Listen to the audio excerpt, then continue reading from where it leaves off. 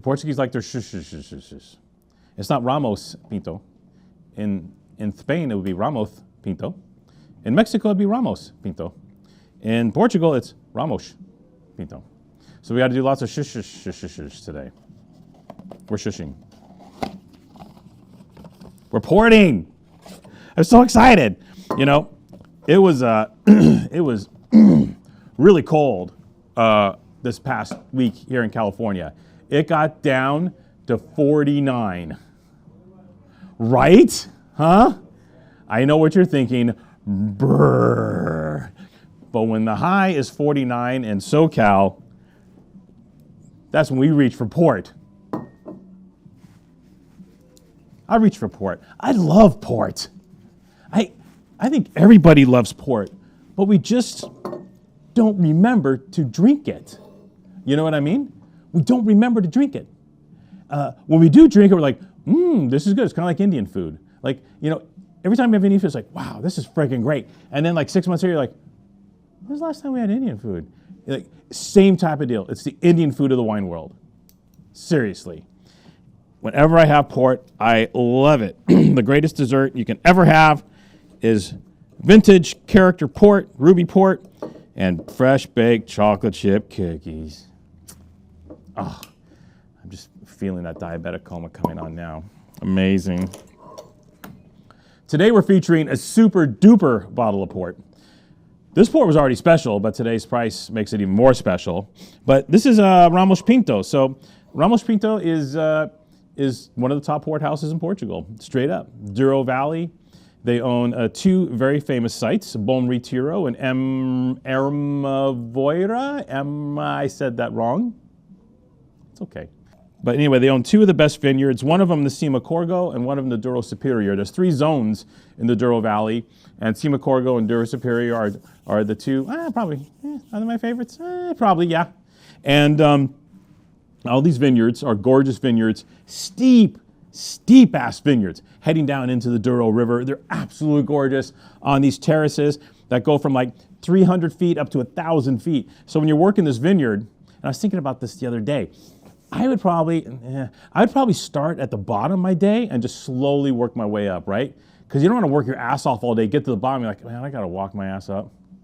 Like, it's 700 foot. Like, cha, right? If you're a vineyard guy, yeah, I think I start at the bottom. This is what you sit around thinking about? Yeah. It's wine. It's all wine 24/7, and my family and everything else mixed in. But yeah, that's what I think about, Patrick. Sorry, but it's good for the business. Very good for the business. But just explain it to my wife. Anyway, 2 of the top sites here. Now, what happened is Ramos Pinto was already a famous house, and they had great history, especially in South America. They crushed Brazil, right? So Portuguese-speaking country, offshoot of Portugal. Adrian Ramos Pinto was the first one to go into Brazil and run things, and he ran the Brazilian wine business forever. And then, in the 60s, 70s, 80s, things start slowing down a little bit. Port went down in popularity in the 70s and 80s and 90s, and we had this fabulous opportunity to buy all these old vintage ports.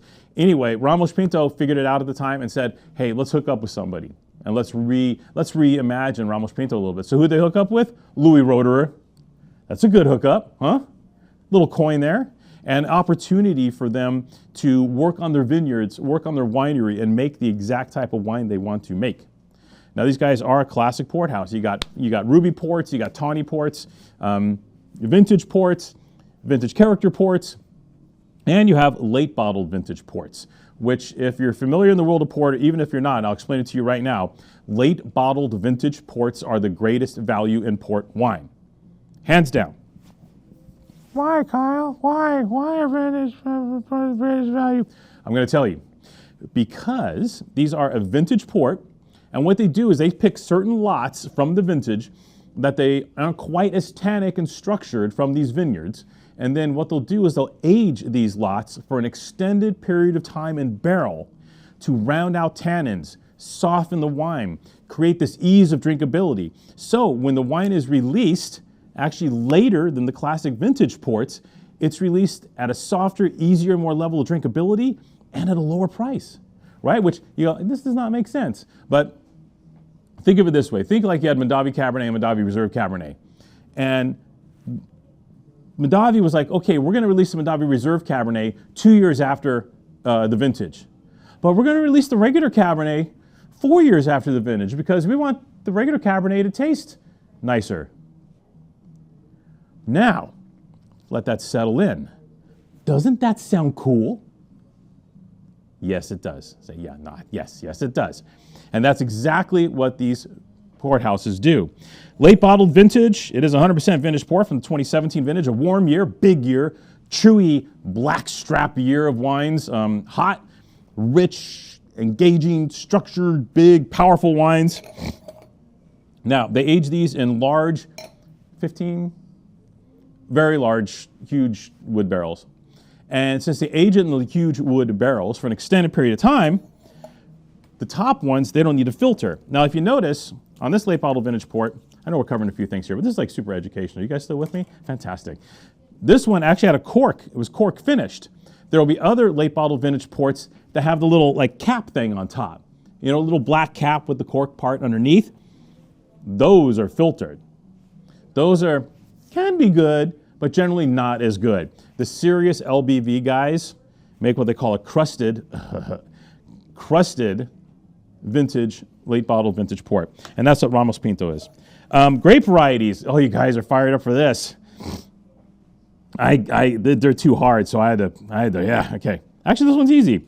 59% Touriga Nacional, 32% Touriga Franca, 70% Tinta Cao, and 2% Barroca.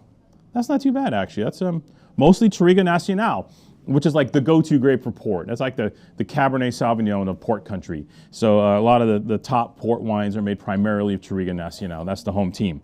So 4 years in cask, bottled unfiltered, Touriga Nacional base, kick-ass old vine super steep vineyards that head directly into the Douro River.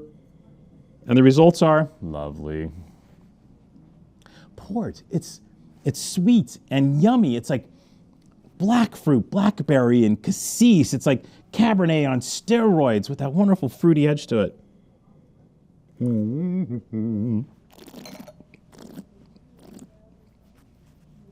What's there not to love? Drink more port. Drink buckets of this stuff. It's delicious. Now, one note, this is what they call a vintage character port as opposed to a tawny port, or you can call these a ruby port as well. The ruby ports tend to not last as long after they're open as a tawny port. The tawny port's already been kind of beat to shit through the aging process. So that wine will last weeks open because it's already been through the ringer. These are aged more like a classic red wine. So even though they're fortified and they are sweet, you should probably drink these I like to drink them within like 10 days of opening them, right? So there, you got 10 days to 2 weeks, maybe 2 weeks, keep it in the fridge. You know, make it happen. Enjoy port. This will force you to get into drinking a little more port. There's nothing like delicious vintage port. And now we get to shame you into doing it today. Because fact of the matter is, this wine, 95 points from Decanter, tasted blind, Decanter World Wine Awards. So this wasn't like oh, look at the pretty box, I'm gonna give it 95. No, this was like a bunch of like MWs and Super Soms and stuff getting together, tasting the wine blind and going like, this shit's like legit. 95 points, Decanter World Wine Awards, blind. Usually $30 for an LBV, that's a sensational value. Fantastic wine for the money, considering the process, everything involved, the fortification, etc. 15 bucks. Hold the phones. Oh, I hear them ringing already. Ah! The humanity. 15 bucks for today's killer, incredible port value. The only issue is there's only 300 bottles of this. We're only able to secure 300 bottles. But man, this stuff could and should fly off the shelves today. Delicious, incredible wine. Look at that. Not only that, age this another 10 years, no problem. But it is just now entering this wonderful, prime, delicious window of drinkability. What a wine. 15 bucks. Hold the damn phone.